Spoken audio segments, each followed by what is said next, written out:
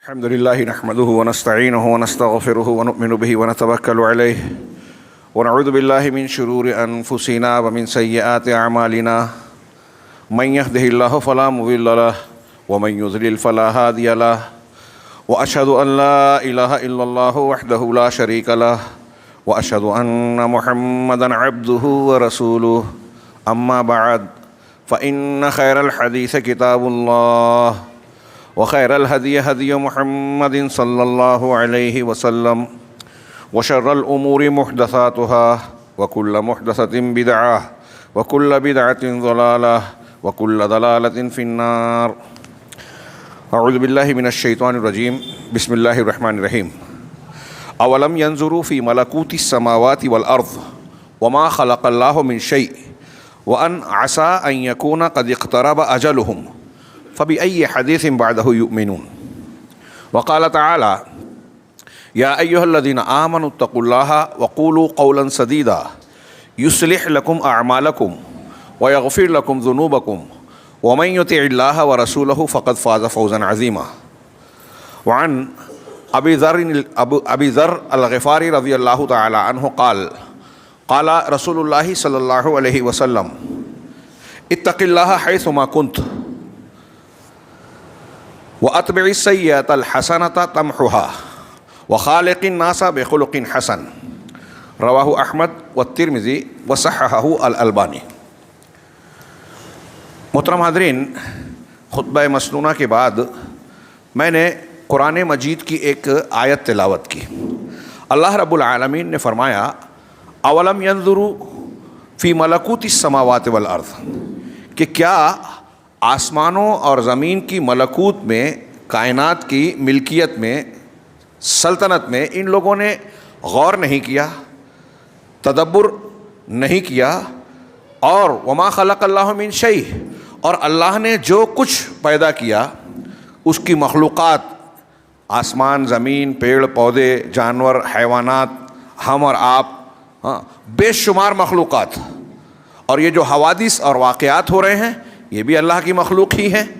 اللہ رب العالمین انہیں پیدا کر رہا ہے، تو ان پر غور نہیں کیا. وَأَنْ عَسَىٰ أَنْ يَكُونَ قَدِ اقْتَرَبَ أَجَلُهُمْ، اور اس پر غور نہیں کیا کہ ہو سکتا ہے کہ ان کی موت مقررہ وقت قریب آ گیا ہو، ہمارا مرنے کا وقت قریب آ گیا ہو. تین چیزیں بیان کی کہ آسمان اور زمین، اس کائنات کے ملکوت میں تم نے غور نہیں کیا، عالم میں، دنیا کی چیزوں میں. اور اللہ نے جن چیزوں کو پیدا کیا ہے اس میں ان لوگوں نے غور نہیں کیا، اور اس بات پر غور نہیں کیا کہ ہو سکتا ہے ان کی موت کا وقت قریب آ گیا ہو. فَبِأَيِّ حَدِيثٍ بَعْدَهُ يُؤْمِنُونَ. اب اللہ رب العالمین اتنا سمجھا رہا ہے، اتنی دلیلیں دے رہا ہے، یہ کائنات کی چیزیں، مخلوقات اور خود ان کا جینا مرنا، دلائل فراہم کر رہا ہے. پھر بتائیں کہ قرآن کے بعد حدیث، اس حدیث کے بعد کس پر ایمان لائیں گے، کون سی بات مانیں گے، کب سدھریں گے، کب صحیح راستہ اختیار کریں گے توحید والا. یہ اللہ رب العالمین نے جس سیاق و سباق میں اس بیان کو پیش کیا ہے، بیان فرمایا ہے، یہ کفار و مشرکین جو اللہ رب العالمین کی بات کو، قرآن کو، رسول اللہ صلی اللہ علیہ وسلم کو نہیں مان رہے تھے، دلائل آ جانے کے باوجود، نشانیاں دیکھ لینے کے باوجود یہ نہیں ماننے کو تیار تھے. ان کو کہا، لیکن اس بات کو اگر ہم اپنے اوپر بھی منطبق کریں، مسلمانوں پر، کہ ہمارے سامنے قرآن ہے، حدیث ہے، قرآن و حدیث کی تعلیمات ہے، اور ہم دیکھ رہے ہیں کہ دنیا میں ہمارے گرد و پیش میں کیسے کیسے مسائل، پریشانیاں، دقتیں آ رہی ہیں. ان پریشانیوں اور دقتوں کا حل قرآن و حدیث میں موجود ہے، راہیں بتائی گئی ہے. اللہ کی رحمت، اس کی نصرت، اس کی مدد کا راستہ صاف صاف بتا دیا گیا ہے. اور یہ بھی بتا دیا گیا ہے کہ کس چیز کو اختیار کرنے سے اللہ ناراض ہوتا ہے، عذاب آتا ہے، پریشانیاں آتی ہیں، دنیا میں اور آخرت میں ناکامیابی گھیرتی ہے، یہ بھی بتا دیا گیا. لیکن ہم اگر غور کریں تو دوسروں کی بات چھوڑیے، مسلمان بھی قرآن و حدیث کی ان تعلیمات کو ماننے کے لیے تیار نہیں ہیں. اس تناظر میں یہ اس آیت کا سوال ہم سے اور آپ سے بھی ہے، فَبِأَيِّ حَدِيثٍ بَعْدَهُ يُؤْمِنُونَ، کہ اللہ کی کتاب اور شریعت کے بعد تم اور ہم اور آپ کون سی بات مانیں گے؟ کیا ماننے کے لیے تیار ہیں؟ دنیا میں کتنے واقعات اور حوادث ہو رہے ہیں. ابھی ہم رو رہے ہیں گزشتہ 2 مہینے سے لگ بھگ اگرچہ کہ فلسطین کا معاملہ 60-70 سال پرانا ہو چکا. 1948 سے اسرائیل کا ناپاک وجود قائم ہوا جب سے اس علاقے میں, تب سے جو ہے کچھ نہ کچھ مسائل جاری ہیں, اور مختلف موقعوں پر, خاص موقعوں پر قتل عام ہوتا ہے مسلمانوں کا. مسلمانوں کے لہو سے وہ سرزمین سرخ ہے, سیاہ ہے. اور اس وقت جو کچھ سازش ہو رہی ہے عالمی سطح پہ اسرائیل کی طرف سے, اور پھر اس میں ہمارے لوگ استعمال ہو رہے ہیں, ڈفلی اور بجاتے ہیں کہ ہم نے یہ کر دیا وہ کر دیا. ابھی حماس یا دوسرے لوگوں نے 100, 150, 200, 250 لوگوں کو چھڑوایا, اس سے زیادہ اسرائیل نے اس کے بعد حملے میں مار دیا. آپ نے اس لیے چھڑوایا ہے کہ مار دیا جائے؟ وہ اپنے منصوبے پر عمل کرتا رہے, اپنے قیدیوں کو چھڑا لیا. آپ نے جنگ بندی کے لیے کوئی مضبوط معاہدہ کروایا ہی نہیں. وہ اپنے مقاصد کو حاصل کرنے کے لیے آگے بڑھ رہا ہے. مسلمان صرف چیخ چلا رہا ہے, عوام تو عوام, خواص بھی, حکومتیں بھی, اور سب ایک دوسرے کی شکوہ اور شکایت کر رہے ہیں. اللہ رب العالمین کی طرف سے ایک بے رحم قسم کا دشمن مسلط ہے, اور نہتے عوام پر, بچوں, عورتوں پر کھلے عام دنیا کے ضمیر کے سامنے, دنیا کی آنکھوں کے سامنے ظلم ڈھا رہا ہے. ان کی جان مال سے کھیل رہا ہے. ان کی سرزمین پر پہلے سے جو بہت سارے حصے پر قبضہ ہے, مزید قبضہ کرنا چاہتا ہے. یہ سب کچھ ہو رہا ہے, ہم چیخ چلا رہے ہیں. اس کا حل کیا ہے؟ میں یہ نہیں کہتا کہ آپ نے سنا نہیں, جانا نہیں, علماء نے بیان نہیں کیا. میں نے خود بہت ساری جگہوں پر کئی مرتبہ ان باتوں پر گفتگو کی, اور یہ بتایا کہ مسلمانوں کے مسائل کا اصل حل کیا ہے. قرآن و حدیث بیان کرتی ہیں, ہم ماننے کو تیار نہیں ہیں. فَبِأَيِّ حَدِيثٍ بَعْدَهُ يُؤْمِنُونَ. ابھی 2 روز پہلے, یہ تو خاص مسلمانوں کا ہے, پوری دنیا میں کہیں نہ کہیں ادھر مسئلہ ختم ہوتا ہے, دوسری طرف پیدا ہوتا ہے, وہاں کچھ کم ہوتا ہے, تیسرا پیدا ہو جاتا ہے, اور ہم اصلی حل نہیں اختیار کرتے. اصلی حل سے مراد ابھی جو میں گفتگو کرنے والا ہوں, توحید, نیک عمل, تقوی, اللہ کا ڈر, اللہ کی شریعت کی پابندی. مسلمانوں کے آخرت ہی کا نہیں, دنیا کے سارے مسائل کا حل یہی ہے, لیکن ہم ماننے کو تیار ہی نہیں ہے. تو اس لیے ہم سے بھی یہ سوال ہے اللہ کا, فَبِأَيِّ حَدِيثٍ بَعْدَهُ يُؤْمِنُونَ. اس حدیث کے بعد, قرآن کے بعد تم کون سی بات مانو گے؟ تو میں یہ عرض کر رہا تھا کہ ابھی 2 روز پہلے ایک تجزیہ دیکھ رہا تھا میں. چنئی میں جو سیلاب آیا, شہر میں پانی بھر گیا, اموات ہوئی, نقصان ہوا, شہر کے بہت سارے آباد علاقوں میں پانی جم گیا, کئی فٹ اونچا, گاڑیاں, کاریں, سامان بہہ گئے, بجلی پانی کے راستے بند ہو گئے, بجلی کٹ گئی, غذائیں نہیں پہنچ رہی ہیں, لوگ گھروں میں قید ہو گئے, کئی لوگ مر گئے, ڈوب گئے.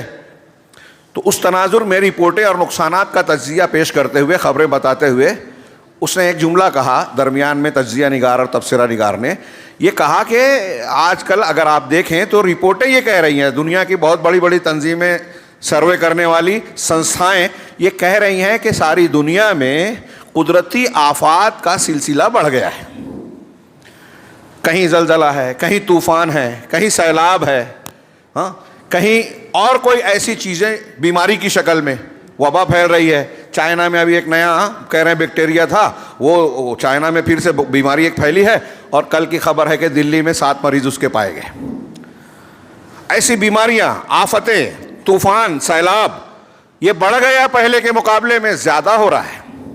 کچھ دنوں پہلے ہماچل پردیش, پھر اڑیسہ اور ایسے کئی مقامات پر ہندوستان میں آتا رہا, کہیں سیلاب, کہیں طوفان, اور پھر زمین کا ڈھہ جانا, بجلی کا گرنا, بہت سے لوگوں کا موت کا شکار ہو جانا.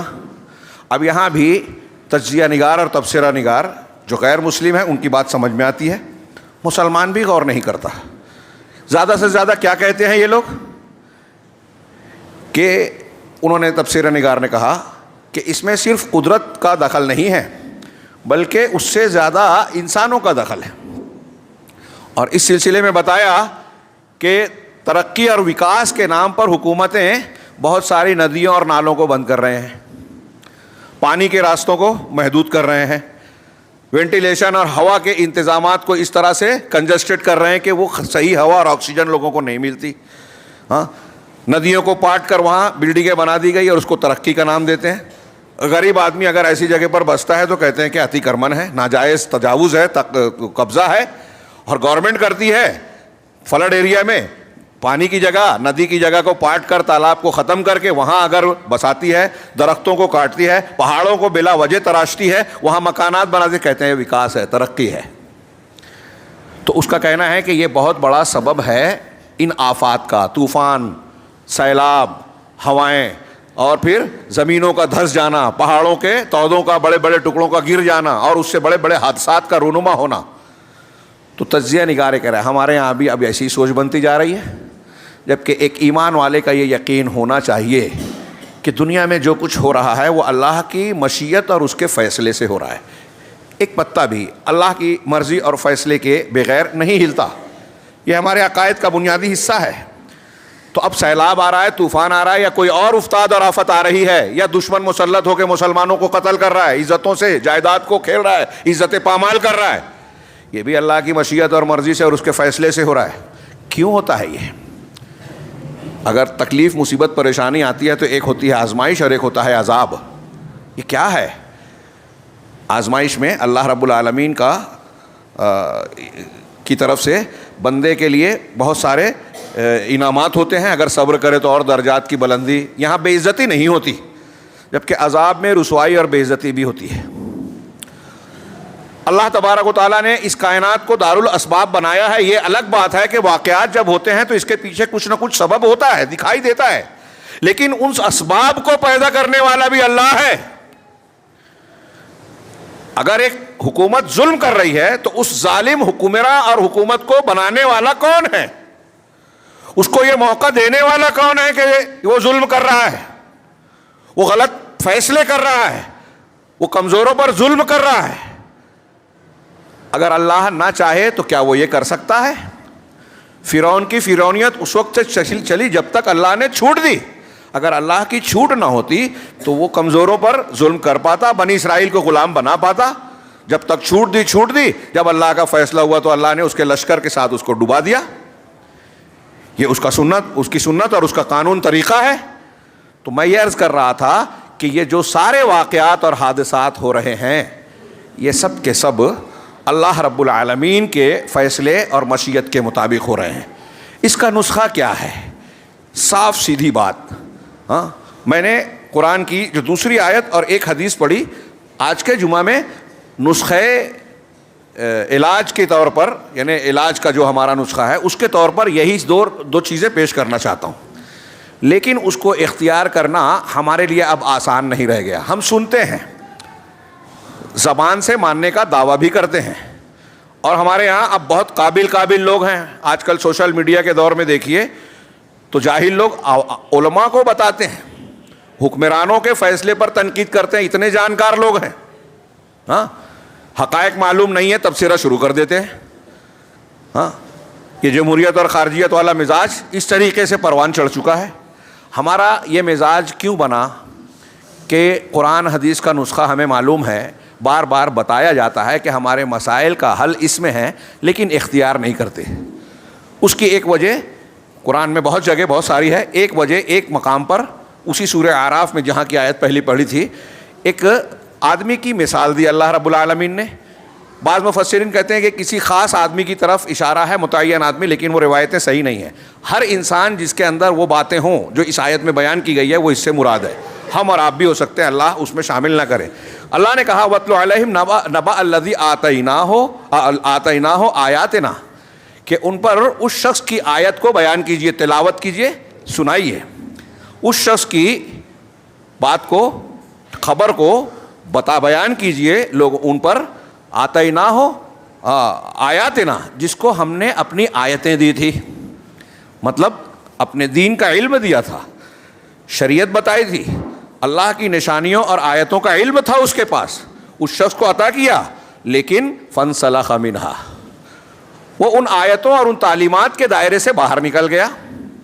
اپنے آپ کو رکھیے مسلمانوں کو آج کے اس پر، اللہ نے ہم کو آیتوں کا علم دیا ہے، قرآن حدیث کی کچھ معلومات دی ہے، دین سکھایا، اسلام دیا۔ اللہ کہہ رہا ہے کہ وہ تعلیم تو ہے لیکن ہم اس تعلیم کو استعمال نہیں کر رہے ہیں، اس کو چھوڑ کے دنیا کی دنیا داری کی طرف بھاگ رہے ہیں۔ یہ آگے کہا اللہ نے فَأَتْبَعَهُ الشَّيْطَانُ، شیطان اس کے پیچھے پڑ گیا، فَكَانَ مِنَ الْغَاوِينَ، اور وہ گمراہوں میں شامل ہو گیا، راستہ بھٹکے ہوئے۔ قرآن کی آیتیں ہیں لیکن شیطان پیچھے لگ گیا، ان آیتوں کو پس پشت ڈال دیا، چھوڑ دیا، نکل گیا اس سے، اور شیطان کو پیچھے لگا لیا۔ اب اس کے بعد خود گمراہی میں پڑ گیا. وَلَوْ شِئْنَا لَرَفَعْنَاهُ بِهَا, اگر ہم چاہتے تو اس کو ان آیتوں کی وجہ سے بلندی عطا کرتے. مطلب یہاں یہ بھی ہوا کہ وہ جو گمراہ ہو رہا ہے اللہ کے چھوٹ دینے سے ہو رہا ہے. اللہ رب العالمین اگر توفیق دے دیتا تو وہ آیتوں کو مانتا, اس پر عمل کرتا, اس میں آگے. اس سے یہ بھی پتہ چلا کہ ہم اچھے ہیں یا برے اللہ کی توفیق سے ہوتے ہیں. لہٰذا ہم کو اللہ سے ہمیشہ نیک توفیق مانگنی چاہیے. ہاں, شیخ عبدالرزاق کا ایک اس پر بڑا خطبہ ہی ہے توفیق پر, انشاءاللہ کسی موقع پر وہ مضمون بیان کریں گے کہ اللہ تبارک و تعالیٰ ہی ہر چیز کی توفیق دینے والا ہے, اچھی اور بری. لہٰذا بندے کو اپنی دعاؤں کے ذریعے سے, نیکیوں کے ذریعے سے اللہ سے توفیق مانگنی چاہیے. اللہ نے جس کو ہدایت دی وہ ہدایت والا, جس کو گمراہ کر دیا اس کو کوئی ہدایت نہیں دے سکتا. تو اللہ رب العالمین فرمایا کہ اگر ہم چاہتے تو ان آیتوں کے بدلے اس کو بلندی عطا کرتے, لیکن کیوں نہیں کیا تھا اللہ نے؟ وَلَكِنَّهُ أَخْلَدَ فِي الْأَرْضِ, لیکن وہ دنیا کی طرف مائل ہو گیا. اس سے یہ بھی پتہ چلا کہ اللہ نے جو اس کو توفیق سے محروم رکھا اس کی وجہ اللہ نہیں ہے, اللہ نے ظلم نہیں کیا, بلکہ اس کی اپنی روش, اپنی چاہت ہے کہ یہ آخرت کی بجائے دنیا چاہ رہا ہے, اللہ کی خوشنودی کی بجائے دنیا کی رونق چاہتا ہے. ہماری اور آپ کی بھی یہ بڑی بیماری ہے. ہاں, اپنے اندر جائزہ لیجئے, دوسروں کی بات مت کیجئے. ہر شخص اپنے آپ پر غور کرے کہ ہم آخرت اور دین کے لیے کتنا کام کرتے ہیں, کتنا جذبہ رکھتے ہیں, ہمارے دل میں کتنا اللہ کا خوف ہے, آخرت کے لیے کتنی فکر ہے, جنت کے کام کر رہے ہیں, جہنم سے اپنے آپ کو بچا لیں. 24 گھنٹے میں ہم اس پر کتنا سوچتے اور کرتے ہیں, اور دنیا کتنی کما لیں, بنا لیں, دنیاوی طور سے فائدے حاصل کر لیں, ترقی کر لیں, اس پر کتنا سوچتے ہیں اور کتنی محنت کرتے ہیں. ہمیں خود اپنے اندر کا جواب مل جائے گا. اللہ کہہ رہا ہے کہ شیطان کو پیچھے لگایا, گمراہ بن گیا. اگر ہم چاہتے تو اپنی آیتوں کے ذریعے سے اس کو بلندی بخشتے, لیکن یہ خود دنیا کے پیچھے پڑ گیا, مائل ہو گیا. وَاتَّبَعَ هَوَاهُ, اور اپنی خواہشات کے پیچھے پڑ گیا, اس کی پیروی کی. خواہشات نفس, ہوا بڑا جامع لفظ ہے. اپنے دل کی بات مانی, اپنی چاہت کے پیچھے پڑ گیا, دنیاوی طور سے لذتوں. قرآن اور حدیث سے ہٹ کر دنیا کی جو بھی چیز اختیار کرے بندہ, وہ ہوا ہے, خواہش نفس ہے. وہ چاہے جتنی عقل مندی کی بات کرے, اگر قرآن و حدیث کے خلاف ہے تو وہ اتباع ہوا میں مبتلا ہے. اللہ کہہ رہا ہے کہ دنیا کی طرف یہ مائل ہو گیا اور قرآن و حدیث کو ماننے کی بجائے اپنے خواہشات کی پیروی کر رہا ہے, اپنی رائے مان رہا ہے, قرآن حدیث کے خلاف باتوں کو اختیار کر رہا ہے, اور سوچتا ہے کہ مسائل حل ہو جائیں, اسرائیل نابود ہو جائے, ہاں, سیلاب نہ آئے, طوفان نہ آئے, اللہ تبارک و تعالیٰ کی طرف سے کوئی پکڑ نہ آئے, ناراضگی نہ ہو, رحمت آئے. ایسا کیسے ہو سکتا ہے؟ پہلے اس کا مستحق تو بنے آپ اور ہم. اللہ کہہ رہا ہے کہ وَاتَّبَعَ هَوَاهُ, اس نے اپنے خواہشات کی پیروی کی. فَمَثَلُهُ كَمَثَلِ الْكَلْبِ, تو اس کی مثال کتے کے جیسی ہے. قرآن کا بیان ہے یہ. کیسے کتے کی طرح ہے؟ إِن تَحْمِلْ عَلَيْهِ يَلْهَثْ أَوْ تَتْرُكْهُ يَلْهَثْ, اگر آپ اس کتے پر بوجھ لا دیں, ہاں, ڈانٹے پھٹکاریں, تب بھی وہ ہانپتا ہے. کتا تھکن سے, بھوک کی وجہ سے, پیاس کی وجہ سے زبان باہر نکال کے جو ہانپتا ہے نا, اس کو کہا جائے لہث کہتے ہیں. لہث کہ اگر آپ اس کو ڈانٹے یا اس پر بوجھ لا دیں تب بھی وہ ہانپتا ہے زبان نکال کر, اور تترک ہو, یا اسے چھوڑ دیں فریش رہے تب بھی ہانپتا ہے. یعنی دونوں حالتوں میں کتا اپنی زبان نکال کر ہانپتا رہتا ہے. ایسے ہی اس شخص کی مثال ہے. کس کی؟ ذالک مثل القوم الذین کذبوا بآیاتنا, یہ ان لوگوں کی مثال ہے جنہوں نے ہماری آیتوں کو جھٹلایا, ہماری آیتوں کو مانتے ہی نہیں ہیں. کیا ہم مان رہے ہیں؟ یہ تو کافروں کی بات ہے, لیکن کیا ہم مان رہے ہیں جو اپنے آپ کو مسلمان کہتے ہیں, مومن کہتے ہیں؟ تو جو اللہ کی آیتوں کو جھٹلائے یا اللہ کی آیتوں کو نہ مانے, اس کی مثال کتنی بری ہے, کتے کی طرح ہے. کیا مطلب ہے اس کا؟ کہ اس کا مطلب یہ ہے کہ جیسے کتا ڈانٹا جائے, پھٹکارا جائے, بوجھا لادا جائے یا نہ لادا جائے, فریش ہو, تھکا ہوا ہو, زبان نکال کر ہانپتا ہے, ایسے ہی وہ شخص ہے جس کو قرآن اور حدیث سنایا جائے, بتایا جائے, لیکن وہ مانتا ہی نہیں ہے, واعظ اور نصیحت کو ماننے کے لیے تیار ہی نہیں ہے. ہم اور آپ مانتے ہیں کیا؟ ہاں, ابھی جمعہ کا خطبہ ہوگا, ایسے ہمارے ہاں قابل مل جائیں گے جو یہ کہیں گے مولانا صاحب کو یہ ایسے بولنا تھا, اسے یہ بات بیان کر دینی تھی ساتھ میں, یہ جو کہہ رہے تھے, یا فلاں موضوع لینا تھا, وغیرہ وغیرہ. مطلب یہ کہ ان کو بڑی معلومات ہے, بہت اچھی بات ہے, لیکن جو معلومات ہم کو ہے, میں صرف ایک آدمی دو آدمی کی کسی مخصوص کی بات نہیں کر رہا ہوں، سارے مسلمانوں کا یہ حال ہے کہ جس کو جو معلومات ہے قرآن کی آیتیں، حدیث کی تعلیمات یا دین کے بارے میں جو معلومات ہے، کیا جو نہیں ہے ابھی جانے دیجئے، جو معلوم ہے کیا ہم اس پر عمل کر رہے ہیں؟ ہمیں پتہ ہے، ابھی میں نے بتایا کہ ہمارے پاس نسخہ کیا ہے کامیابی کا، تقوی، اللہ کے دین کی پابندی، حرام سے بچنا، شرک سے بچنا، بدعت و خرافات سے بچنا، تب اللہ رب العالمین ہماری مدد کرے گا، حفاظت کرے گا، ہمارے دشمنوں کے مقابلے میں ہم کو قوت دے گا، ان کو نیست و نابود کرے گا، کمزور کرے گا، ظالم کو توڑ دے گا، آفتوں سے محفوظ رکھے گا۔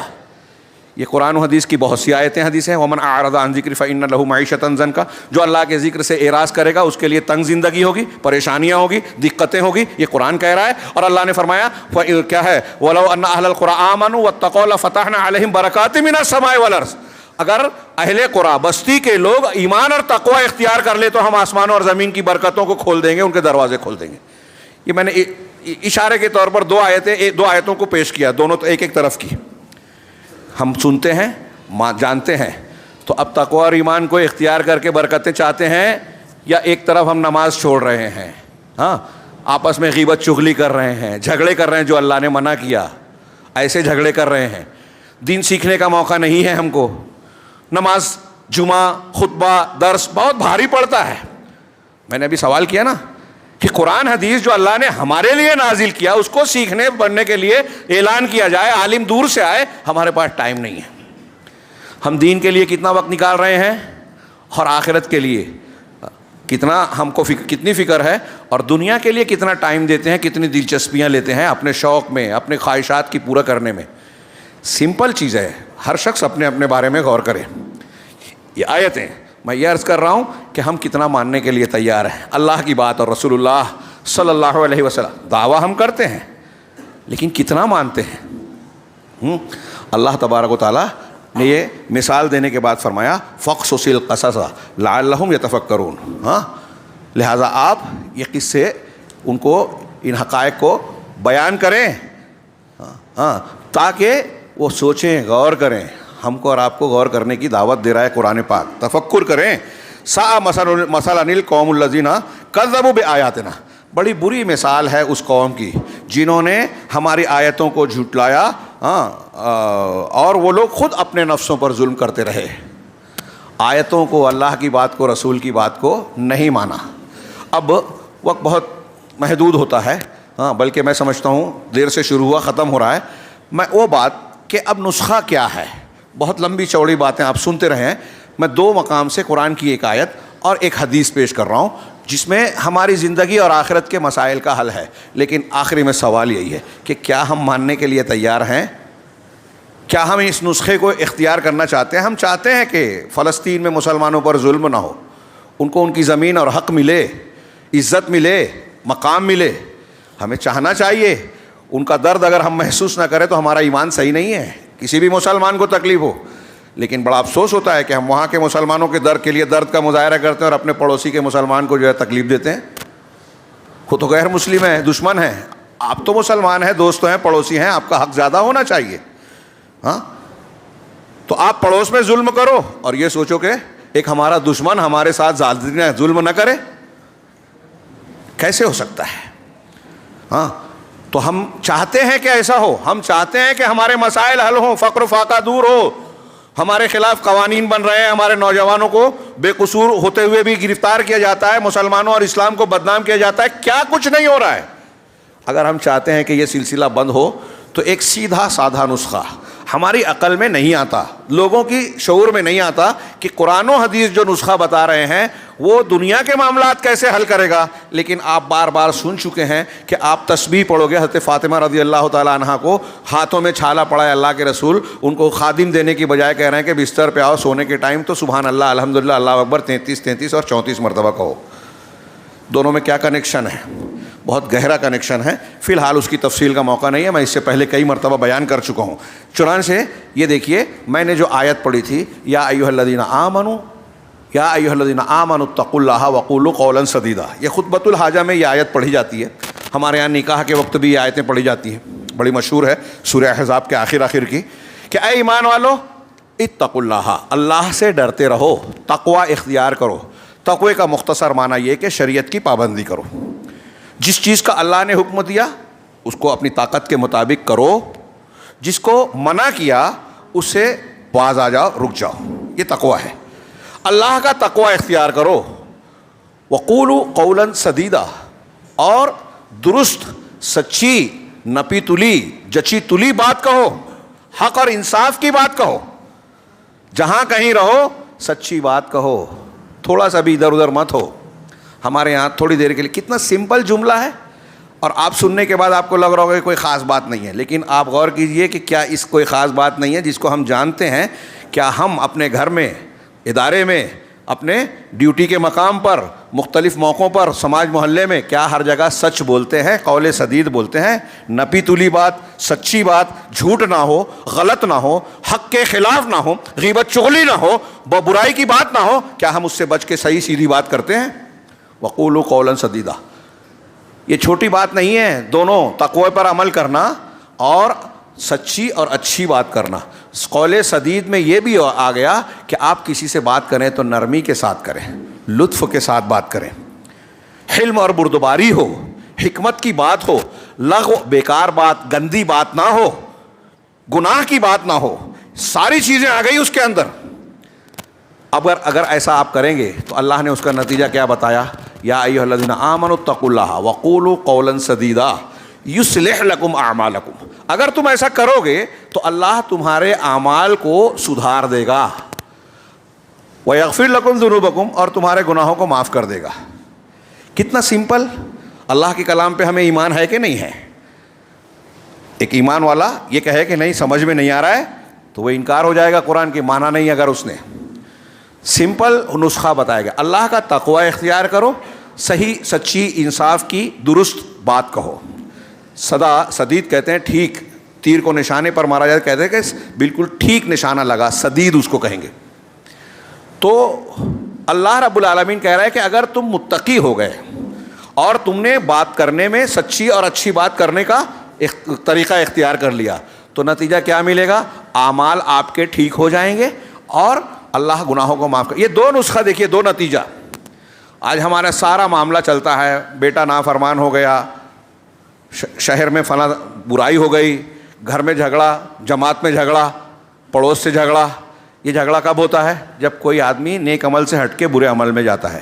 کسی نے گالی دے دی، کسی نے کوئی ظلم کر دیا، کسی نے کوئی اور ایسی حرکت کی جس سے سامنے والے کو غصہ آیا، پلٹ کے اس نے جواب دیا، دونوں میں جھگڑا ہو گیا۔ سارا فساد برے اعمال کا نتیجہ ہے۔ ایک چیز کہ بندوں میں جھگڑے ہوتے ہیں یا برائیاں جس کو ہم کہتے ہیں وہ بدعملی ہے۔ جب آدمی نیک عمل والا ہو گیا تو یہ مسئلہ حل ہو گیا۔ دوسرا، آدمی کا گناہ آدمی کے لیے سب سے زیادہ خطرناک گھاتک دشمن ہے۔ دنیا اور آخرت کی جتنی مصیبتیں ہیں، پریشانیاں ہیں، ہاں، دنیا میں اللہ کا عذاب آ رہا ہے، آسمانی افتاد جس کو ہم کہتے ہیں، یا دنیا کے طور پر کوئی یعنی فلسطین کا مسئلہ ہو یا کوئی سیلاب طوفان والی بات ہو، ان سب کی سب سے بڑی وجہ ہے ہمارے گناہ۔ مرنے کے بعد عذاب قبر ہو، آخرت کا عذاب ہو، یا میدان محشر کی رسوائیاں ہوں، پریشانیاں ہوں، ان کی وجہ کون ہے؟ گناہ۔ اللہ کہہ رہا ہے کہ تقوی اختیار کرو گے اور سچی اور اچھی بات کرو گے تو اللہ تبارک و تعالیٰ نہ صرف تمہارے اعمال کو ٹھیک کر دے گا، صحیح کر دے گا، تمہارے گناہوں کو بھی معاف کر دے گا۔ کتنی بڑی بات ہے۔ آگے اس کی وضاحت کی کہ تقوی اور صحیح بات کرنا کیا ہے، اس کی وضاحت مزید ہو جاتی ہے کہ وَمَن يُطِعِ اللَّهَ وَرَسُولَهُ فَقَدْ فَازَ فَوْزًا عَظِيمًا، جو اللہ کی اطاعت کرے اور اس کے رسول کی اطاعت کرے مانے تو وہ بہت بڑی کامیابی سے ہمکنار ہوا۔ بظاہر کتنی سمپل بات ہے اور ہم اس کو مانتے بھی ہیں ظاہر میں، لیکن اگر میں گہرائی میں جاؤں جس کا وقت نہیں ہے تو حقیقت یہ ہے کہ کبھی ہم نفس کی خواہشات کی بنیاد پر اللہ کے احکامات کو نہیں مانتے، کبھی غلط علم اور غلط مسلک کی وجہ سے ہم تقوی کو اختیار نہیں کرتے۔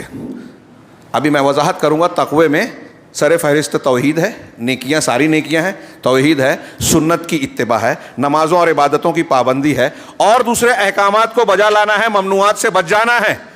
آج مسلمانوں میں کسی زندگی کا کوئی بھی شعبہ دیکھ لیجئے، عقیدے میں شرک پایا جاتا ہے۔ ہمارے یہاں قبریں آباد ہے، شرک کفر کے اڈے، ہاں جتنی بھی قسم کے شرکیات ہیں مسلمانوں میں پائی جا رہی ہے. بدعت قدم قدم پر ہے, نئی نئی عبادت, الگ الگ تہوار جو قرآن و حدیث نے نہیں بتائے, جھوٹی حدیثیں, جھوٹی رسمیں, غلط چیزیں, غلط مسلک جو اللہ نے فرض نہیں کیا, رسول نے جو نہیں بتایا, صحابہ نے جو نہیں کیا. ہم کہتے ہیں کہ ہم کو امام کی ماننی ہے, غلط چیز اختیار کر لی یا مسلک کے نام پر ایک چیز کو اختیار کر لیا, اب اس کو بتایا جا رہا ہے کہ بھائی یہ قرآن و حدیث کے خلاف ہے. کہا ٹھیک ہے قرآن حدیث الگ, لیکن ہم فلاں مسلک کو مانتے ہیں. وہ مسلک کے نام پہ قرآن و حدیث کو رد کر دیا. کامن ہے, یہ بہت عام سی بات ہے. لا الہ الا اللہ سے آدمی دین میں داخل ہوتا ہے. ہمارے ہاں ایسے بزرگوں کو کے پیچھے لوگ چل رہے ہیں جو لا الہ الا اللہ کا معنی ہی غلط بتاتے ہیں, اور ہمارے لوگوں کو فرصت نہیں ہے کہ اس دین کی بنیاد جس کے بغیر جنت میں جا ہی نہیں سکتے اس کو سمجھے, مانے سمجھ کے کیسے اس کو لا الہ الا اللہ کو ماننا ہے. ہمارے پاس فرصت نہیں ہے. ہاں ادرک لہسن پیاز کے لیے ٹائم ہے, دنیا کی ایسی چیزیں جو غیر ضروری ہیں, فضول ہیں, ان کے لیے وقت ہے. لیکن لا الہ الا اللہ جو تمام انبیاء کی دعوت کی بنیاد ہے, جنت اور جہنم کو اللہ نے اسی کے لیے بنایا کہ جو مانے گا جنت میں جائے گا, نہیں مانے گا جہنم میں. ہم کو فرصت نہیں ہے. کتنے مسلمان ہیں ابھی یہاں پوچھوں حاضرین کو, ہاں سبق چل رہا تھا ہمارا سلسلہ, اثر بعد آج بھی ہوگا انشاءاللہ, کہ لا الہ الا اللہ کی شرائط کیا ہیں. میرا خیال ہے 2-4 لوگ شاید ملیں گے جو بتا پائیں کن چیزوں سے آدمی لا الہ الا اللہ کہنے کے باوجود کیا کرے گا, کون سی چیزیں ہیں جس سے اس کا لا الہ الا اللہ ٹوٹ جاتا ہے اور وہ کافر ہو جاتا ہے.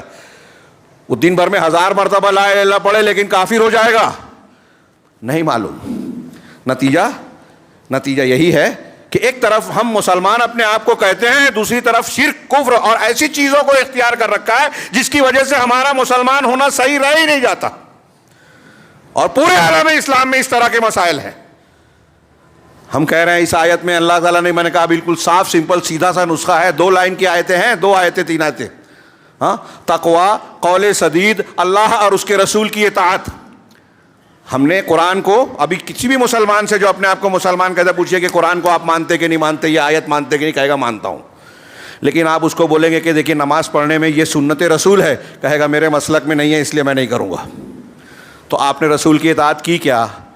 مسلک کا جھگڑا کنارے پھینکیے. اللہ تعالیٰ قیامت کے دن یہ نہیں پوچھے گا کہ تم فلاں امام کو مانتے تھے تو ان کے طریقے کی بجائے ان کا کیا, ان کے طریقے کی بجائے یہ مانا, یا کیوں مانا. یہ ضرور پوچھے گا کہ رسول کو رسول بنا کر بھیجا تھا, یہ کہا تھا کہ اللہ کی اطاعت کرو, رسول کی اطاعت کرو, یہ کہا تھا کہ تمہارے لیے رسول کی ذات میں نمونہ ہے, تم اس نمونے کو چھوڑ کر, تم نے اس کی اطاعت کو چھوڑ کر دوسروں کو کیوں اپنا مقتدا بنایا. یہ سوال ہوگا, پکا ہے, یہ قرآن و حدیث کہہ رہی ہے, لیکن ہم مانتے نہیں ہیں. میں نے جو شروع میں کہا فبأي حدیث بعدہ یؤمنون, مسلمانوں سے پوچھنے والا ہے اللہ کا یہ سوال, یہ کون سی حدیث اور قرآن مانتے ہو تم؟ اپنے آپ کو مسلمان کہتے ہو اور پھر اللہ سے شکوہ بھی کر رہے ہو کہ ہمارے اوپر مصیبت آ رہی ہے, لوگوں نے مسجد توڑ دی, لوگ مسلمانوں کی اینٹ شہید بجا رہے ہیں, پورے ایک ملک کو تباہ کر رہے ہیں. اللہ کی مدد کہاں ہے؟ اللہ کی مدد اپنی جگہ ہے, اور آتی ہے کس کے لیے؟ جو ایمان والے ہیں, توحید والے ہیں. اللہ رب العالمین ان کو کسی ماں سے زیادہ چاہتا ہے, ان کی حفاظت کرتا ہے. لیکن ایمان والے ہم ہیں کیا؟ اپنے آپ کو سمجھ رہے ہیں. کیسے سمجھ رہے ہو؟ کیا معلومات حاصل کی کہ آپ کا لا الہ الا اللہ صحیح ہے؟ آپ لا الہ الا اللہ کا معنی سمجھتے ہیں, اس کے تقاضے کو جانتے ہیں, اس کے مطابق آپ کا ایمان, اسلام اور کا عمل ہے کیا؟ جب ایک آدمی قبر پہ جا کے مردوں سے مدد طلب کر رہا ہے, وہاں قربانی کر رہا ہے, غیر اللہ کے نام کی نظر و نیاز کر رہا ہے, تو اس کا لا الہ الا اللہ سلامت کہاں رہا؟ گلے میں تعویذ ڈال رہا ہے, دھاگا پہنا ہوا ہے, یہ مجھ کو مصیبت سے بچائے گا, شیطان جن آصف سے بچائے گا, تو اس کا ایمان کہاں رہا اللہ پہ؟ وہ اللہ تعالیٰ وہ کرنے والا نہیں مان رہا ہے, اس دھاگے کو مان رہا ہے. اللہ کے رسول نے کہا جس نے تمیمہ لٹکایا اس نے شرک کیا, مسلمان ماننے کو تیار ہی نہیں ہے. فبأي حدیث بعدہ یؤمنون. اللہ اور اس کے رسول کی اطاعت کرو. اب پہلے تو لوگ اماموں کی سنتے تھے, اب اماموں سے ہٹ کے دانشوروں کی سننے لگے, مفکرین, ان کی بدعتی کتابوں کو قرآن حدیث سے زیادہ پڑھاتے ہیں, رواج دیتے ہیں, ہمارے نوجوان ان کو لائک کرتے ہیں, جو صحابہ کو برا بھلا کہہ رہے ہیں, جہاں حدیثوں کا انکار ہے, جہاں لا الہ الا اللہ کے معنی کی ہی غلط تشریح کی جا رہی ہے. ہمارے یہاں کئی جماعتیں, کئی مسلک ہیں نا, اور پھر یہ دعوت دی جاتی ہے ارے لڑو مت, ہر ایک اپنے اپنے مسلک پہ رہ کے ایک ہو جاؤ. ابھی یہ بات میں نے کئی تقریروں میں کہی اس ہفتے 10 دن میں, کہ اللہ تعالیٰ کہتا ہے وَأَنَّ هَذَا صِرَاطِي مُسْتَقِيمًا فَاتَّبِعُوهُ, یہ میرا سیدھا راستہ ہے. کون سا؟ جو رسول نے دیا, قرآن اور حدیث کا. یہ میرا سیدھا راستہ ہے, اسی کی اتباع کرو. جنت میں لے جانے والا بس یہی راستہ ہے, یہ اللہ کہہ رہا ہے, کوئی ایرا گہرا نہیں, ہمارا مالک خالق رازق کہہ رہا ہے. جنت میں جانا ہے تو دین اور اللہ کے رسول کا راستہ مانو. قرآن کہہ رہا ہے وَلَا تَتَّبِعُوا السُّبُلَ فَاتَّبِعُوهُ, اسی کو مانو, ایک ہی راستہ ہے وہ. یہ بھی دھرم صحیح, وہ بھی مسلک درست نہیں. ایک راستہ جو اللہ کا ہے وہی ماننا پڑے گا جنت جانا ہے تو. اللہ نے آگے واضح کر دیا وَلَا تَتَّبِعُوا السُّبُلَ, اور الگ الگ دوسرے راستوں کی یعنی دوسرے مذہب اور دوسرے مسلک کو مت مانو. جو رسول کا مسلک ہے وہی ماننا ہے. عبادت میں, عقیدے میں, اعمال میں, حلال حرام میں, آداب میں, سب میں رسول اللہ صلی اللہ علیہ وسلم ہمارے لیے نمونہ ہے. اب آپ یہ کہیں کہ ٹھیک ہے اللہ کے رسول پر ایمان تو ہے لیکن میں ویسی نماز پڑھوں گا جیسے میرے امام, میرے مفتی صاحب, میرے پیر صاحب بتا رہے ہیں, نہیں چلے گا. فضائل پر وہ ان چیزوں پر عمل کروں گا جو مفتی صاحب نے یا پیر صاحب نے آنکھ بند کر کے, خواب دیکھ کر, کشف کے ذریعے سے بتایا. سنت کیا ہے ہم کو نہیں معلوم, لیکن پیر صاحب نے جو بتایا وہ مانیں گے. تو آپ اللہ کے رسول کا رد کر رہے ہو, شریعت کا رد کر رہے ہو. اور یہ چیز جو میں بیان کر رہا ہوں بہت سے مسلمان کہلانے والے اختیار کیے ہوئے ہیں, اور میں جو بیان کر رہا ہوں ان کو جب بیان کروں گا یا سنیں گے تو وہ اس کو برا کہیں گے, مجھے گالی دیں گے. اللہ کو کہ اس فرمان پر غور کیجئے. اللہ کہہ رہا ہے وَلَا تَتَّبِعُوا السُّبُلَ. میں نے اس کا ترجمہ کیا وضاحت کے لیے کہ دوسرے مسلکوں کی اتباع مت کرو, جو اللہ کے رسول کا مسلک ہے اسی کو مانو, بس یہ وضاحت ہے. دوسرے راستوں پر میں ایک قرآن کہہ رہا ہے, منبر رسول سے بہت ذمہ داری کے ساتھ کہہ رہا ہوں. اللہ کے رسول نے کہا 73 فرقے ہوں گے, 72 جہنم میں جائیں گے. ہمارے علماء دانشور کہہ رہے ہیں ارے سب جس مسلک پہ ہے سب اپنے اپنے مسلک پہ رہو, ایک ہو جاؤ. کیسے ایک ہوں گے؟ ایک آدمی شرک کر رہا ہے, بدعت کر رہا ہے, اس شرک اور بدعت کو برداشت کیا جائے؟ رد کرنا پڑے گا. شرک اور بدعت سے سمجھوتا کریں گے آپ تو آپ کا ایمان خطرے میں ہوگا. ہاں, یہ صلح کل والا معاملہ ایسا نہیں ہے.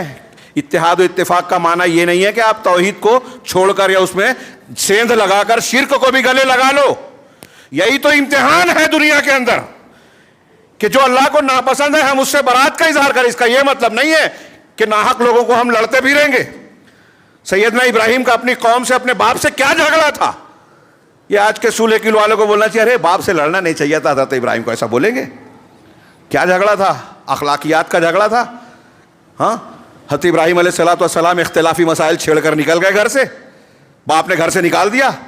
یہ اختلافی مسئلہ توحید اور شرک والا, ہم توحید پر قائم رہیں گے, شرک اور اہل شرک سے برات کا اظہار کریں گے. یہ ہمارا دین ہے, اللہ کا حکم ہے. ہم اس کو ماننے کے لیے تیار نہیں ہیں اور سوچتے ہیں اللہ کی رحمت آئے, فلسطین میں اللہ کی مدد آئے, ہندوستان میں آئے, دنیا کے دوسرے مقامات پر آئے. دعا میں پڑھتے ہیں اللہم انصر الاسلام والمسلمین فی کل مکان. ہاں, اللہ کی مدد آئے گی. یہ نسخہ قرآن و حدیث نے جو بیان کیا ہے. وقت زیادہ ہو گیا, میں حدیث کو بہت ہی شارٹ میں ذکر کروں کہ جس کا ذکر کیا تھا حضرت ابو ذر غفاری رضی اللہ عنہ کی بڑی مختصر اور بڑی جامع حدیث. علامہ البانی نے اس کو صحیح کہا, احمد اور ترمذی کی. اللہ کے رسول اللہ فرماتے ہیں اتق اللہ حیث ما کنت, جہاں کہیں رہو, جس حالت میں رہو, ہر وقت ہر جگہ اللہ کا تقوی اختیار کرو, ڈرتے رہو. یہ سارے معاملات کی بنیاد ہے. آپ بار بار سنتے ہیں رمضان میں, بقرعید کے وقت کہ روزوں کا مقصد کیا ہے کہ آپ متقی بن جائیں. قربانی کس لیے ہے؟ تاکہ تقوی, اللہ دل کا تقوی قبول کرتا ہے. اللہ تقوی والے سے دین کو قبول کرتا ہے. اور تقوی کیا ہے؟ یہ میرے سامنے کاغذ پہ شیخ عبد الرحمن بن ناصر السعدی نے اس حدیث کی جو شرح کی ہے 3-4 صفحے میں وہ ہے, لیکن موقع نہیں ہے کہ میں وہ پوری باتیں. انہوں نے قرآن کی 3-4 جگہوں سے آیتیں نقل کی, جیسے لیس البر ان تولوا وجوہکم, لیس البر ان تولوا وجوہکم قبل المشرق والمغرب والی آیت. اس کے بعد جو ہے ایک آیت سورہ آل عمران کی سارعوا الی مغفرۃ من ربکم وجنۃ عرضها السماوات والارض اعدت للمتقین. اس کے بعد ایک آیت الذین ينفقون فی السراء, وہیں اسی آیت میں آگے ہے ينفقون فی السراء والضراء والکاظمین الغیظ والعافین عن الناس واللہ یحب المحسنین. ان آیتوں کی تشریح کرتے ہوئے عبد الرحمن بن ناصر السعدی نے کہا کہ قرآن کی ان آیتوں کو پڑھیے تو آیتوں میں متقیوں کی صفات بیان کی گئی ہے, ظاہری باطنی عقیدے کی باتیں بھی ہے اس میں کہ جو اللہ پر ایمان لائے, آخرت پر ایمان لائے, فرشتوں اور رسولوں پر ایمان لائے.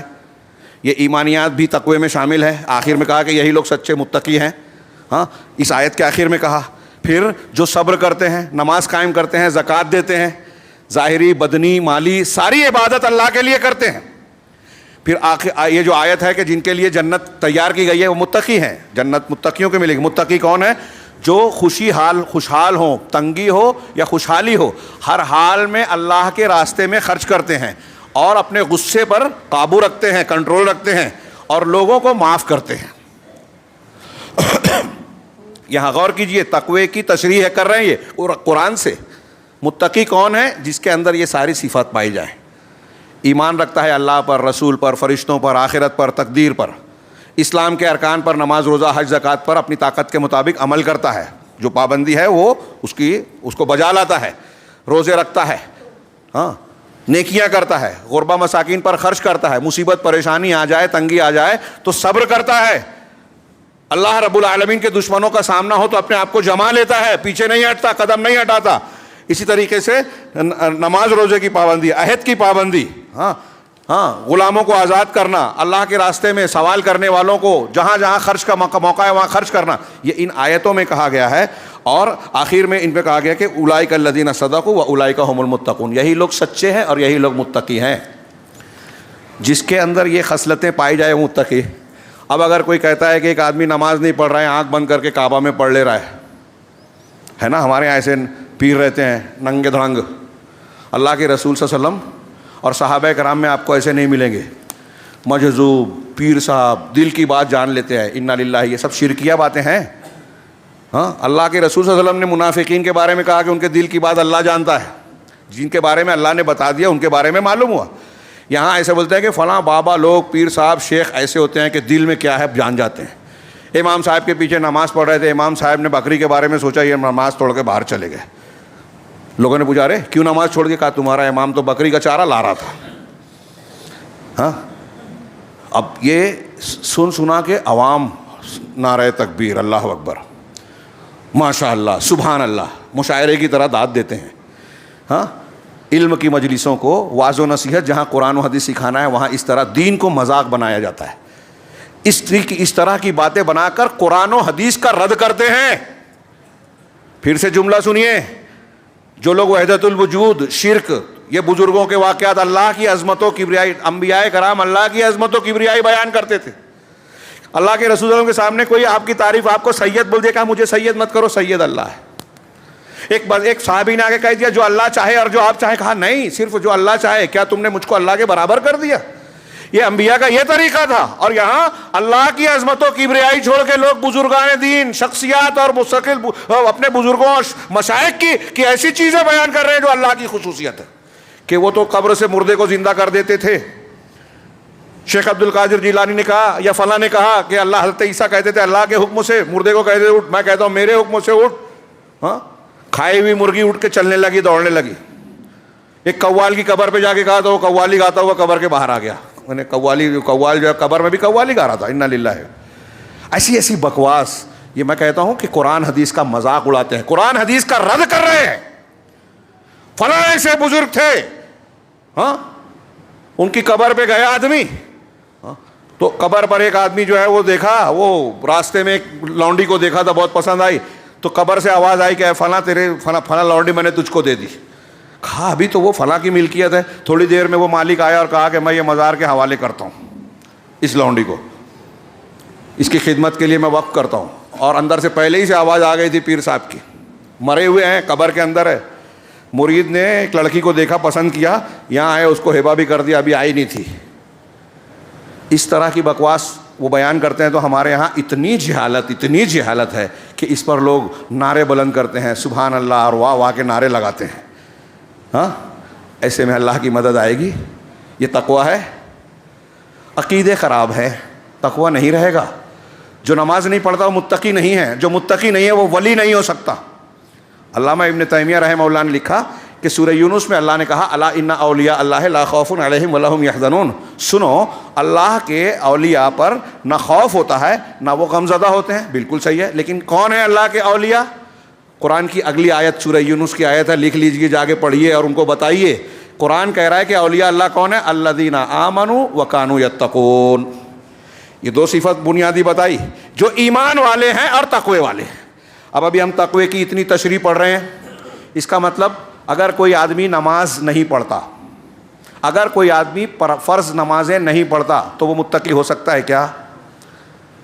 کوئی آدمی روزہ نہیں رکھتا وہ متقی ہو سکتا ہے کیا؟ ہاں، ہمارے یہاں یہ پیر صاحبان کے بارے میں بولتے ہیں، ان کو کیا ضرورت ہے روزہ رکھنے کی؟ اللہ کے نبی صلی اللہ علیہ وسلم آخری وقت میں 3 دن 4 دن پہلے دیکھیے کہ نماز کے لیے اٹھنا چاہ رہے ہیں، گر کے بے ہوش ہو گئے. ہاں اٹھے، کہا ٹب میں میرے لیے پانی جمع کرو، غسل کیا، کہا مجھے پھر لے چلو الصلاۃ نماز کے لیے، پھر بے ہوش ہو گئے، 4 مرتبہ اٹھنے کی کوشش کی. آپ نے یہ نہیں کہا کہ میرے اوپر سے نماز کی فرضیت ختم ہو گئی. یہ پیر صاحبان، فاسق و فاجر لوگ، نشہ کرنے والے، زنا کرنے والے، یہ اتنے پہنچ گئے. میں سب کی بات نہیں کرتا. آج دیکھیے شرک کے جتنے اڈے ہیں نا، وہاں آپ کو نشہ اور زنا بھی ملے گا اکثر و بیشتر. ہاں، توحید کے ساتھ آپ کو نیکیاں ملے گی، شرک کے ساتھ برائیاں ملے گی. کوئی یہ نہ کہے کہ میں کسی کی گستاخی کر رہا ہوں، یہ ایک حقیقت ہے. اور انہی لوگوں کے بارے میں بیان کر رہا ہوں جو دین کی دکان بنا کر لا الہ الا اللہ کا بورڈ لگا کر شرک کی دکان چلا رہے ہیں. جو بزرگان دین اولیاء و صالحین گزرے ہیں ہم ان کی عزت کرتے ہیں اور کرنا ضروری ہے، لیکن ان کی طرف غلط باتوں کو منسوب کرنا، جھوٹے قصے کہانیاں بیان کرنا اور لوگوں کو اللہ کی بجائے ان کی عبادت کی طرف بلانا، ان کی مزار پہ آؤ، مسجد کی بجائے یہاں آؤ. ہاں، آپ نماز پڑھو کہ مت پڑھو، حرام کھاؤ، نشہ پیو، سود خوری کرو، اگر پیر صاحب آپ کو بچانا چاہیں گے تو بچا لیں گے. شیخ عبد القادر جیلانی نے منکر نکیر سے جو ہے بحث کر لی اور کہا کہ میرے مریدین کے سے آئندہ کوئی سوال نہیں کرنا. ہاں، کہ جرت ہے. انبیاء کرام کہتے ہیں کہ قیامت میں مختلف موقعوں پر کہا کہ میں کہوں گا نفسی نفسی نفسی، انبیاء کہیں گے میرا نفس میرا نفس، اللہ کے سامنے بغیر اجازت کے منہ نہیں کھولیں گے. اور فلاں شیخ فلاں بزرگ لڑائی کر رہے ہیں اللہ سے. قرآن حدیث کی تعلیمات کو رکھیے، اور یہ جو ہمارے یہاں جو اسلام پھیلایا جا رہا ہے، بیان کیا جاتا ہے، دونوں میں آپ کو زمین و آسمان کا فرق ملے گا. یہاں آپ کو اسلام کے نام پہ وہ باتیں ملے گی جو کفار اور مشرکین کا عقیدہ تھا، بلکہ کہیں کہیں تو اس سے بھی زیادہ خطرناک ملے گا. کتنی دوری ہے. اور یہ تعلیمات جو میں نے شروع میں کہا وہ دھیان دیجئے. بعض لوگ بعد میں آئے کہ ہم سوچتے ہیں ہمارے مسائل حل ہوں، مصیبتوں سے بچیں. ہاں، مسلمانوں پر ظلم کرنے والوں کو اللہ تباہ کر دے، ہم کو بچائے، مظلوموں کو بچائے، بچوں عورتوں کو جو ہے بچائے. اس کا نسخہ قرآن نے یہ بتایا کہ آپ تقوی اختیار کرو. جہاں کہیں رہو، جس حالت میں رہو، تقوی اختیار کرو. تقوی کی ضرورت ہر انسان کو ہر موقع پر ہے. اور تقوی کیا ہے کہ آپ ظاہر میں بھی اللہ کی شریعت کی پابندی کریں، اندر سے بھی آپ کا ایمان اور یقین مضبوط ہو اللہ پر، قرآن و حدیث کی باتوں پر. تو ظاہر اور باطن میں، عبادات میں، عقیدے میں، افعال میں، ساری چیزوں میں شریعت کی پابندی کریں. یہ ہے تقوی. اب ایک آدمی کھلے عام سود خوری کر رہا ہے، شراب نوشی کر رہا ہے، شراب بیچ رہا ہے، خرید رہا ہے، حرام کام کر رہا ہے، زنا بدکاری کر رہا ہے، دن رات موبائل میں تو لگا ہوا ہے، جمعہ کا خطبہ بھاری پڑتا ہے، نماز کے لیے 15 منٹ 20 منٹ نہیں ہے اس کو فرض نماز کے لیے، فجر میں بستر نہیں چھوڑ سکتا، رات میں جاگا ہے نا گندی فلمیں دیکھتے ہوئے، تو فجر میں کیسے آئے گا؟ تو کیا یہ متقی ہیں؟ اور اگر متقی نہیں ہیں تو پھر اللہ کی رحمت کیسے ملے گی؟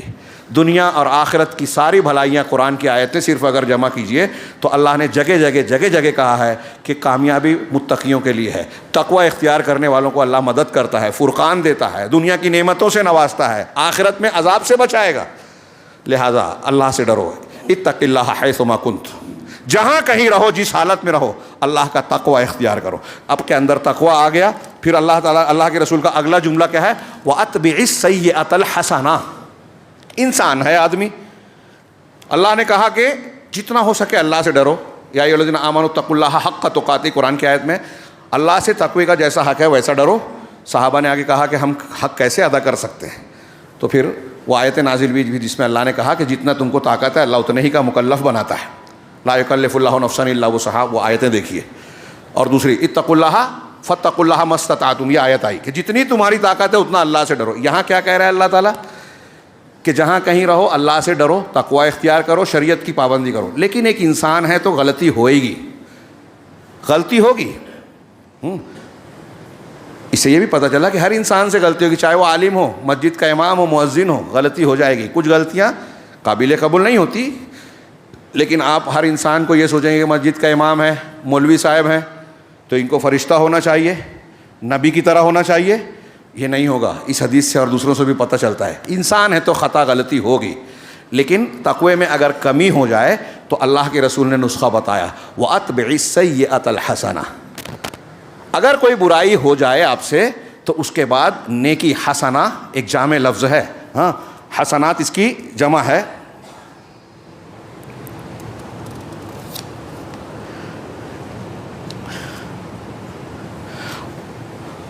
حسنہ میں ساری اچھائیاں اور خوبیاں جو شریعت کے پابندی کے، شریعت کی تعلیمات کی روشنی میں ایسی چیزیں، وہ ساری نیکیاں جو بندے کو اللہ سے قریب کریں، وہ حسنہ ہے، ہاں۔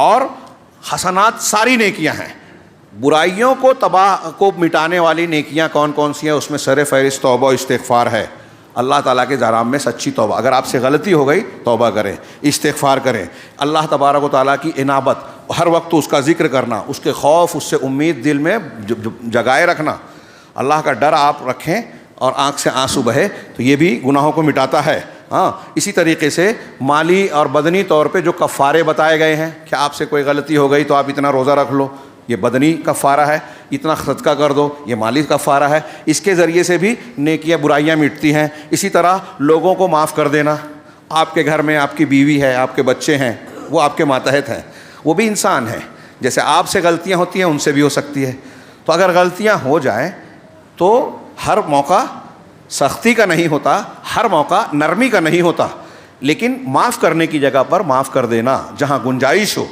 معاف کر۔ اللہ کے رسول سے کہ اپنے خادم کو کتنی مرتبہ دن بھر میں مدد کروں؟ کہا 70 مرتبہ معاف کرو۔ تو لوگوں کو معاف کرنا، اگر آپ لوگوں کو معاف کرتے ہیں تو اللہ آپ کو معاف کرے گا۔ اگر آپ چھوٹی چھوٹی غلطیوں پہ لوگوں کی پکڑ کرتے ہیں، سختی کرتے ہیں، ہاں، تو اللہ بھی آپ کو پکڑے گا۔ جیسا آپ بندوں کے ساتھ سلوک کرو گے اللہ آپ کے ساتھ کرے گا، آپ بندوں پر خرچ کرو گے اللہ آپ پر خرچ کرے گا۔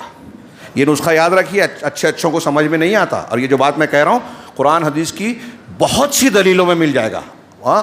واللہ فی عون العبد ما کان العبد فی عون اخیہ، بندہ، اللہ بندے کی مدد میں رہتا ہے جب تک بندہ اپنے بھائی کی مدد کرتا ہے۔ آپ چاہتے ہیں کہ اللہ آپ کی مدد کرے، ہماری مدد کرے، تو آپ اپنے رشتہ دار کی، پڑوسی کی، قریبی مسلمان کی، یا جو بھی ہو اس کی مدد کیجیے، بھوکے کو کھانا کھلائیے، اللہ آپ کو کھانا کھلائے گا۔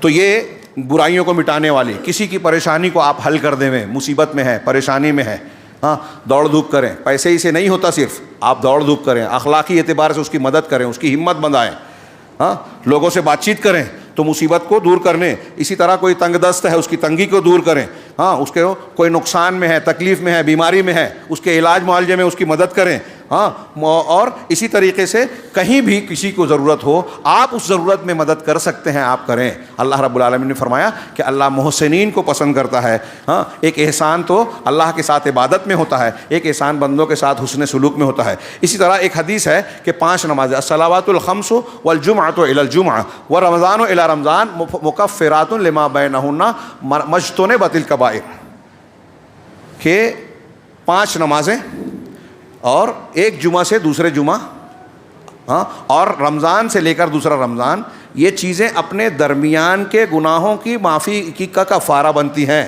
جب تک کہ کبیرہ گناہوں سے بچا جائے۔ صحیح مسلم کی یہ حدیث ہے۔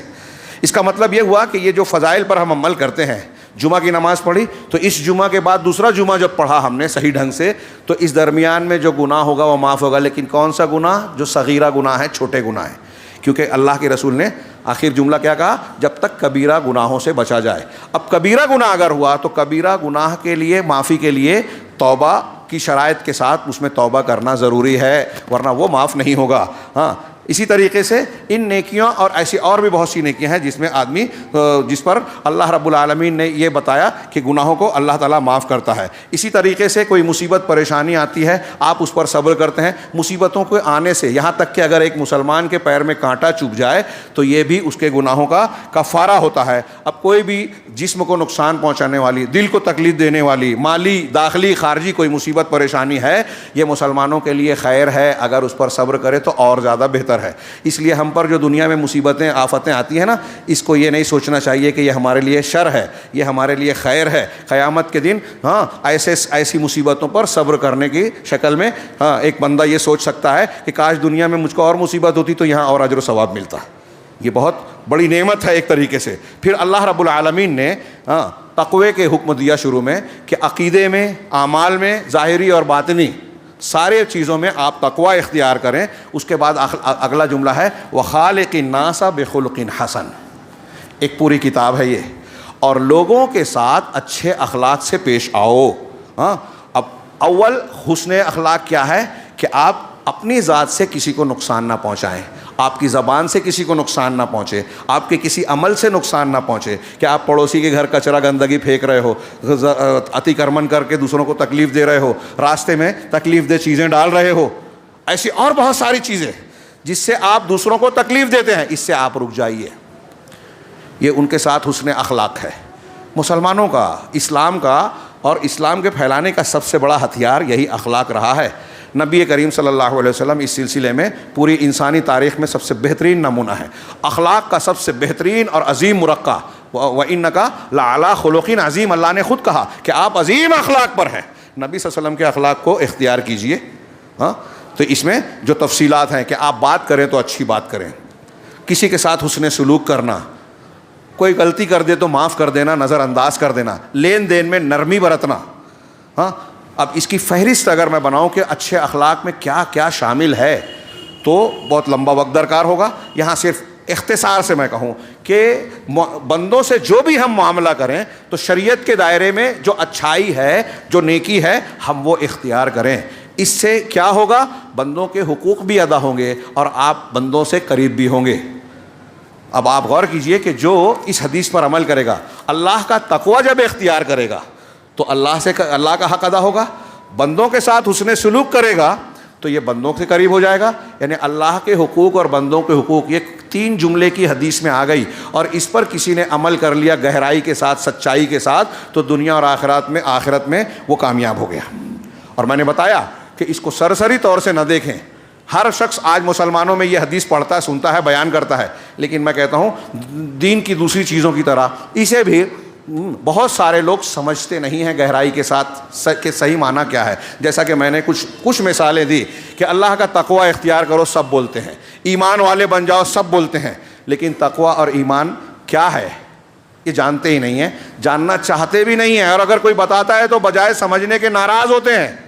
اگر کوئی شرک کرتا ہے جو آج مسلمانوں میں پایا جاتا ہے تو وہ اس متقی اور ایمان والا نہیں رہ گیا. اگر کوئی بدعات کو اختیار کرتا ہے جو آج بہت سارے مسلمانوں میں ہے تو وہ متقی نہیں رہ جاتا. اگر کوئی شخص شریعت کی مخالفت کرتا ہے، اللہ اور اس کے رسول کو جانتے بوجھتے ان کے احکامات کو پس پوچھ ڈالتا ہے، سودی لین دین کر رہا ہے، حرام کھا رہا ہے، غیبت چغلی کر رہا ہے، لوگوں کی عزتوں سے کھیل رہا ہے، لوگوں کا حق مار رہا ہے، ناجائز طریقے سے کسی زمین پر قبضہ کر رہا ہے، کسی غریب کی زمین پر قبضہ کر کے کسی کو جھوٹے کاغذات بنا کر بیچ رہا ہے، ایسے بہت ساری برائیاں آج ہمارے سماج میں ہیں. اور جب یہ کیا جاتا ہے تو تقوی نہیں رہا، حسن اخلاق نہیں رہا. اور اگر ایسا ہمارے سماج میں عام ہے تو ہم کو بھی اللہ بچائے انتظار کرنا چاہیے کہ ہم پر بھی کسی دن طوفان آئے گا، ہمارے یہاں زلزلہ آ سکتا ہے، ہمارے یہاں کوئی غیر مسلم حکمراں مسلط ہو کر ہمارے بچوں پر، ہم پر ظلم کر سکتا ہے، ہماری پراپرٹی کو چھین سکتا ہے، تباہ کر سکتا ہے. اللہ کے کوئی عذاب بھی ہمارا تعاقب کر سکتا ہے اگر ہم اللہ کی شریعت کی طرف لوٹتے نہیں ہیں. اللہ سے دعا ہے کہ وہ ہمیں شریعت کا پابند بنائے اور اس کی برکت سے دنیا اور آخرت میں ہر قسم کی مصیبت سے، فتنے سے، عذاب سے محفوظ رکھے. اقول قولی ھذا واستغفر اللہ لی ولکم سائر المسلمین وصلی اللہ علی نبینا محمد. بارک اللہ لنا ولکم فی القرآن المجید ونفعنا وإیاکم بالآیات والذکر الحکیم انہ تعالی جواد کریم ملک بر رحیم.